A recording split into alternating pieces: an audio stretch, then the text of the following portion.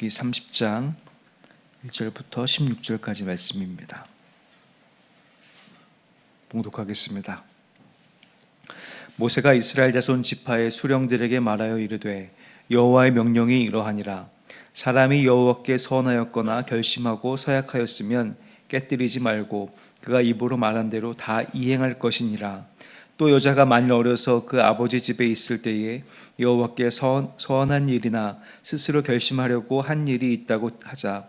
그의 아버지가 그의 서원이나 그가 결심한 서약을 듣고도 그에게 아무 말이 없으면 그의 모든 서원을 행할 것이요 그가 결심한 서약을 지킬 것이니라. 그러나 그의 아버지가 그것을 듣는 날에 허락하지 아니하면 그의 서원과 결심한 서약을 이루지 못할 것이니 그의 아버지가 허락하지 아니하였은즉 여호와께서 사하시리라. 또 혹시 남편을 맞을 때에 서원이나 결심한 서약을 경솔하게 그의 입술로 말하였으면 그의 남편이 그것을 듣고 그 듣는 날에 그에게 아무 말이 없으면 그 서원을 이행할 것이요 그가 결심한 서약을 지킬 것이니라. 그러나 그의 남편이 그것을 듣는 날에 허락하지 아니하면 그 서원과 결심하려고 경솔하게 입술로 말한 서약은 무효가 될 것이니 여호와께서 그 여자를 사하시리라. 과부나 이혼당한 여자의 서원이나 그가 결심한 모든 서약은 지킬 것이니라. 부녀가 혹시 그의 남편의 집에서 서원을 하였다든지 결심하고 서약을 하였다 하자 그의 남편이 그것을 듣고도 아무 말이 없고 금하지 않으면 그 서원은 다 이행할 것이요 그가 결심한 서약은 다 지킬 것이니라. 그러나 그의 남편이 그것을 듣는 날에 무효하게 하면 그 서원과 결심한 일에 대하여 입술로 말한 것을 아무것도 이루지 못하나니 그의 남편이 그것을 무효하게 하였은즉 여호와께서 그 부녀를 사하시느니라. 모든 서원과 마음을 자제하기로 한 모든 서약은 그의 남편이 그것을 지키게도 할 수 있고 무효하게도 할 수 있으니 그의 남편이 여러 날이 지나도록 말이 없으면 아내의 서원과 스스로 결심한 일을 지키게 하는 것이니 이는 그가 그것을 들을 때에 그의 아내에게 아무 말도 아니하였으므로 지키게 됨이니라. 그러나 그의 남편이 들은 지 얼마 후에 그것을 무효하게 하면 그가 아내의 죄를 담당할 것이니라. 이는 여호와께서 모세에게 명령하신 규례니 남편이 아내에게 아버지가 자기 집에 있는 어린 딸에 대한 것이니라. 아멘. 오늘도 복된 하루입니다. 주님 안에서 은혜와 평강을 누리시는 모든 분들 되시기를 주님의 이름으로 간절히 축복합니다. 오늘 말씀은 서원에 관한 그런 말씀입니다. 처음에 신학교에 들어가면 제가 신학교에 갔을 때는 신학교에 왜 왔는지 돌아가면서 이야기하는 그런 시간이 있었습니다. 그리고 그 이야기를 듣다 보면 참 신학교에 온 여러 가지 사연들이 있음을 알 수가 있었는데요. 주로 신학교에 왜 왔냐 하면 그 서원기도와 관련된 이야기들이 많이 있습니다. 부모님의 서원기도에 붙잡혀서 온 분들도 계시고 철모를 때 했던 서원기도가 생각나서 신학교에 온 분들도 참 부지기수입니다. 어렸을 때 했던 서원기도는 왜 꼭 대학교 가려고 하면 생각나는지 모르겠습니다. 아무튼 저도 부모님께서 권유해서 신학교에 가긴 갔지만 다니면서 그런 얘기를 듣다가 또 보니 저도 멋모르게 신학교에 가겠다고 기도했던 것이 문득 떠오르더라고요. 하나님은 지나가다가 한 이야기, 멋모르고 한 소원을 잊지 않고 기억하셔서 꼭 그것들을 이루게 하시고 데려다 놓으셔서 하나님의 일들을 맡기시는 듯합니다. 구약 성경에 나타난 서원은 신앙의 척도로 사용이 됩니다.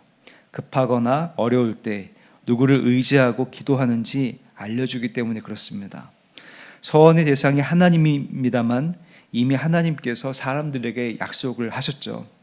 서원은 일종의 반응입니다. 사람의 입장에서 서원을 이행하는 것이 당연한 의무입니다.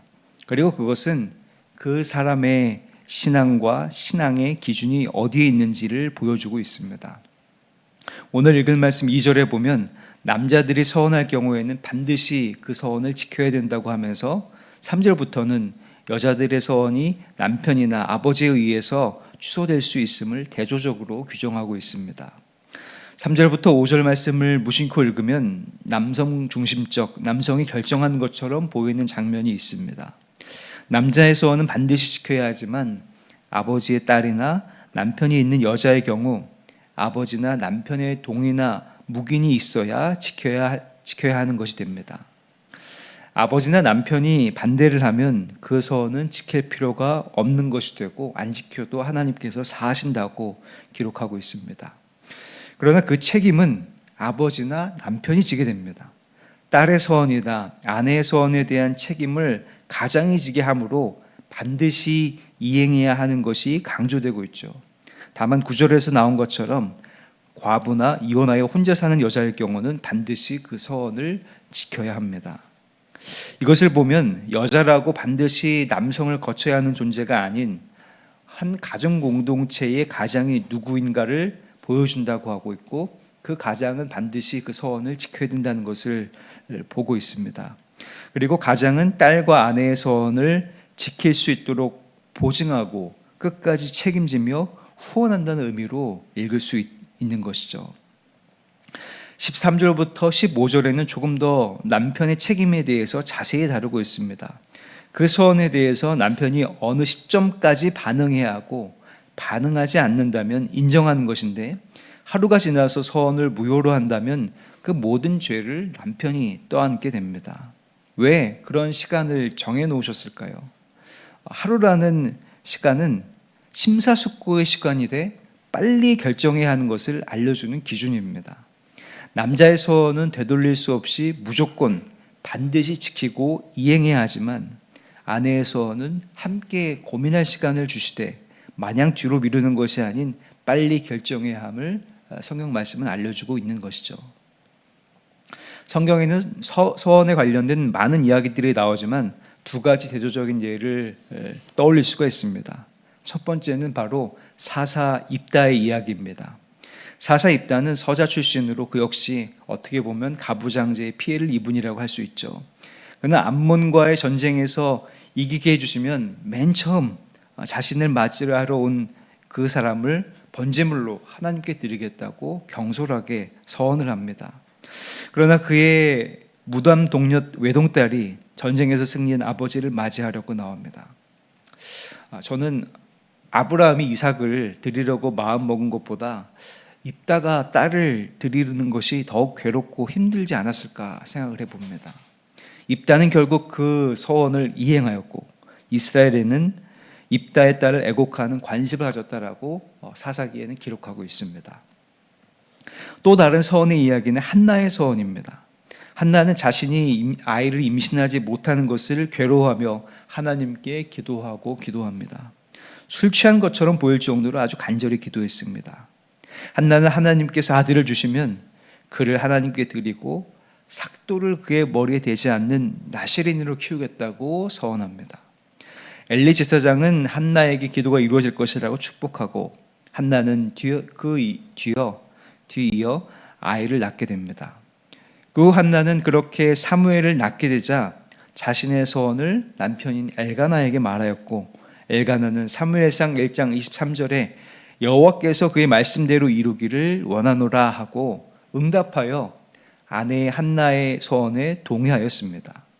오늘 말씀에서 읽은 것처럼 한나의 소원은 그의 남편 엘가나로 이루어진 것이죠.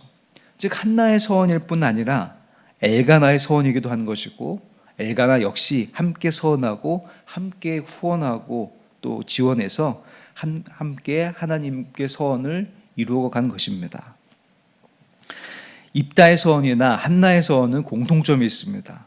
둘 다 경솔했든 기도하면서 했든 간에 둘 다 서원을 지켰다는 것입니다.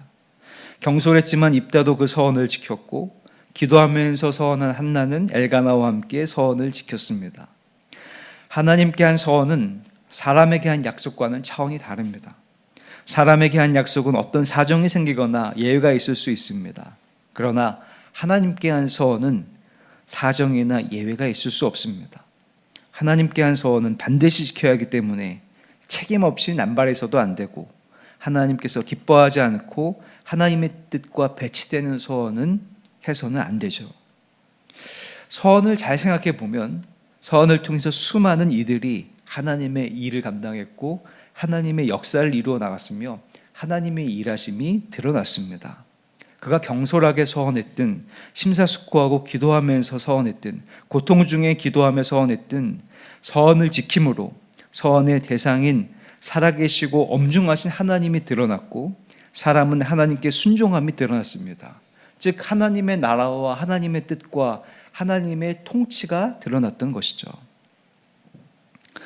우리나라의 상동교회, 아현교회, 동대문교회, 그리고 이화학당, 동대문 부인병원 등 한국감리교회 초기 선교를 담당했던 스크랜턴 선교사님과 그 어머니 메리 스크랜턴 선교사님, 그분들이 한국으로 선교사로 올 수 있었던 것은 스크랜턴 선교사님 아내가 그 서원에 응답했기 때문입니다. 스크랜턴의 어머니인 메리 스크랜턴 여사는 그 당시 해외 선교 지원으로 미 감리교회에서는 굉장히 유명한 인사였고, 그 아들이 의사라는 것을 알고 있었던 미 감리회 선교부 관계자는 한국 선교사로 나가면 어떻겠느냐라고 권유하고자 그 가정을 방문했었다고 합니다. 그때 처음 만났던 사람은 스크랜턴 선교사의 부인이었습니다. 그 부인은 처음에 한국 선교사로 나가는 것이 어떻겠냐는 말을 듣고 그건 절대 안 되겠다고, 나는 한국 선교사로 나가는 것을 생각도 해본 적이 없다고 이런지하에 거절했고, 선교부에서 온 선교부 관계자는 더 이상 대화를 하지 않고 돌아갔습니다. 그렇게 이런지하에 선교부 관계자를 돌려보내고 나서 이상하게 그 남편 스크랜턴이 알아누웠고 이제 막 난 1살짜리 딸까지 심하게 아팠습니다. 한 달이 지나고 나서야 회복이 되었는데 하나님은 그 스크랜턴을 먼저 움직이셔서 내가 중앙아프리카를 제외한 어느 곳이든 선교사로 나가겠다고 결심했다는 마음을 그 아내에게 전하였고, 아내는 그 말을 듣고 잠시 생각하더니 당신이 가는 곳이라면 어디든 가겠고 거기에 내 뼈도 묻겠다, 이렇게 말했다고 합니다. 스크랜턴의 서원을 아내도 함께 지키려고 했던 것이죠. 그 어머니는 아들을 설득하고 권유하면서 당시 나이로는 노인이었던 52세의 나이로 함께 한국 선교사로 입국하였고, 이화학당과 또 보구여관, 동대문 부인병원을 세우는데 아주 중요한 역할을 하십니다. 그렇게 한국 감리교회 선교가 시작되었고 스크랜턴 선교사님을 통하여서 감리교회가 성장할 수 있었습니다. 혹시 부부가 한 분이라도 하나님께 서원을 하셨다면 꼭 같이 그 서원을 지키려고 순종해 보시고 기도해 보시며 이뤄 가시기를 바랍니다.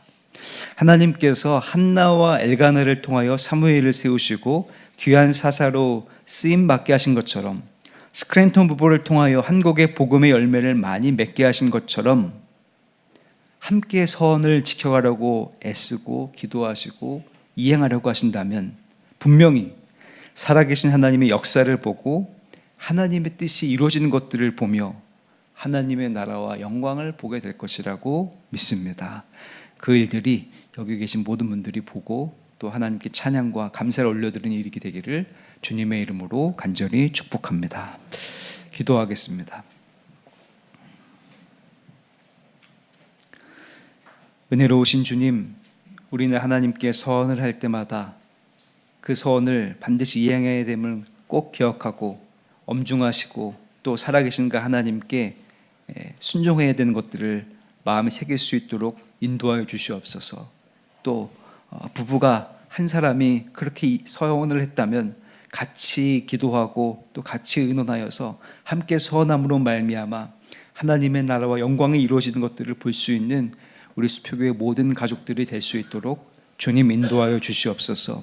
그래서 하나님의 뜻을 이루어가고 하나님의 말씀에 귀중하며 말씀에 순종하는 그 일들이 우리 수표교회에 나타날 수 있도록 주님 인도하여 주시옵소서. 주님께서 세우신 우리 수표교회를 기억하여 주셔서 지금까지 인도하심에 감사드립니다. 많은 이들이 구원받는 요람으로 이 수표교회가 쓰임받을 수 있도록 인도하여 주시었고, 그 일들을 위해서 세우신 담임 목사님 기억하여 주셔서 성령의 충만한 능력을 더하여 주시옵소서. 말씀을 대언하실 때마다 함께하여 주시고 말씀을 듣는 이들마다 주님께 돌아올 수 있도록 인도하여 주시옵소서. 세우신 부목사님들, 전도사님들에게도 동일한 은혜를 더하여 주시옵고 주님께서 신실하게 여기셔서 세우신 장로님들, 권사님들, 집사님들 기억하여 주셔서 그 직분을 잘 이행함으로 말미암아 하나님께 영광을 올려드리고 하나님의 나라가 이루어지는 것들을 볼 수 있도록 주님 인도하여 주시옵소서. 하나님, 우리 교회 안에 아파하고 괴로워하고 또 눈물 흘리며 힘들어하는 이들이 있습니다. 주님 위로하시고 또 함께하여 주시옵소서. 아픈 것들은 만져주셔서 낫게 하시고 마음의 괴로운 것들은 마음의 위로와 용기를 더하여 주셔서 다시 회복되어지는 역사를 경험할 수 있도록 주님 인도하여 주시옵소서. 하나님, 우리 교회 안에 다음 세대들을 기억하여 주시기 원합니다. 어렸을 때부터 하나님을 알고 예수님을 주로 고백하는 이들이 되게 도와주시옵고 믿음으로 자랄 수 있도록 인도하여 주시옵소서. 청년과 청장년 세대들은 믿음을 적용하여 승리하는 이들이 될 수 있도록 도와주시며 장년 세대 또 그리고 연로하신 분들은 기억하여 주셔서 하나님께 존경받고 많은 사람들에게 인정받는 이들, 그래서 끝까지 믿음을 지켜 승리하고 믿음의 본이 되는 이들이 될 수 있도록 주님 인도하여 주시옵소서. 주님 앞에 나올 때 귀한 예물 드린 이들이 있습니다. 이 예물에 담겨있는 기도의 제목 주님께서 아시오니 주님 보시기에 가장 좋은 길로 인도하시고 가장 적절한 때에 이루어 주셔서 하나님의 능력이 나타날 수 있도록 인도하여 주시옵고 이 예물이 쓰이는 곳마다 하나님의 귀한 사랑과 은혜가 전해져 살아나는 역사, 구원의 역사가 나타날 수 있도록 주님 인도하여 주시옵소서. 오늘 하루를 주님 앞에 맡깁니다. 주님께 결심하고 주님께 약속드린 것들 잘 이행하는 하루가 될 수 있도록 인도하여 주시옵고 그 가운데 하나님의 역사가 드러나는, 하나님의 살아계심이 드러나는 귀한 하루가 될 수 있도록 주님 인도하여 주시옵소서. 모든 것들 주님께 맡깁니다. 감사드리며 예수 그리스도 이름으로 기도합니다. 아멘. 하늘에 계신 우리 아버지여, 이름이 거룩히 여김을 받으시오며 나라가 임하시오며 뜻이 하늘에서 이루어진 것 같이 땅에서도 이루어지이다. 오늘 우리에게 일용할 양식을 주시옵고 우리가 우리에게 죄 지은 자를 사하여 준 것 같이 우리 죄를 사하여 주시옵고 우리를 시험에 들게 하지 마시옵고 다만 악에서 구하시옵소서.